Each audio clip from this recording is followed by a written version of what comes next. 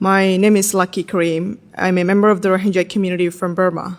I'd like to start by thanking members of the committee for holding this hearing and for passing the Burma Genocide and Accountability Protection Act, or Burma GAP Act, out of committee.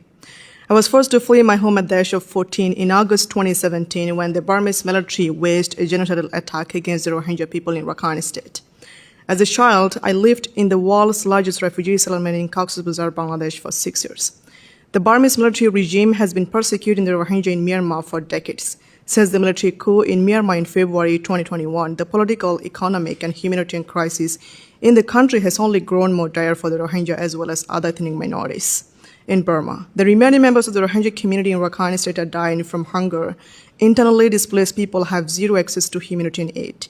And the genocidal violence continues even to this day. As a result, tens of thousands of people have been forced to flee their homes since 2023, bringing the total population of people languishing in the Cox's Bazar camps to more than 1.3 million.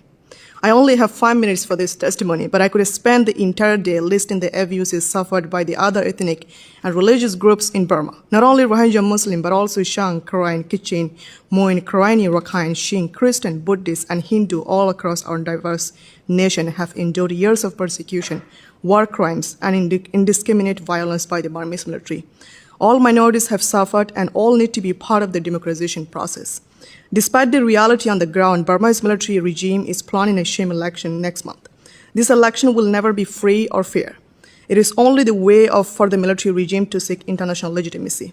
Our risky journeys out of Myanmar in pursuit of a better life did not start when the genocidal attacks against us began in 2017. People have been fleeing in persecution since at least the 1970s, forced to be refugees in neighboring countries like Bangladesh or elsewhere. I traveled back to Bangladesh refugee camps 2 times this year.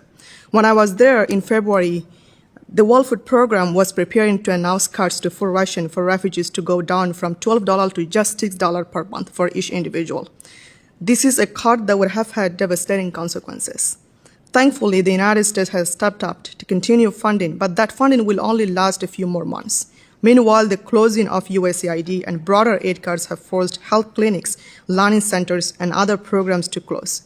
People in Cox's Bazar camps are fully dependent on the food ration that they receive once a month because the majority of them have zero earnings. There are no livelihood opportunities for families in the camps. The government of Bangladesh, long a generous host to Rohingya refugees, has done much for my community. But expanding access to livelihood and education would do perhaps more than any other policy to ensure a safe and sustainable future for the Rohingya community.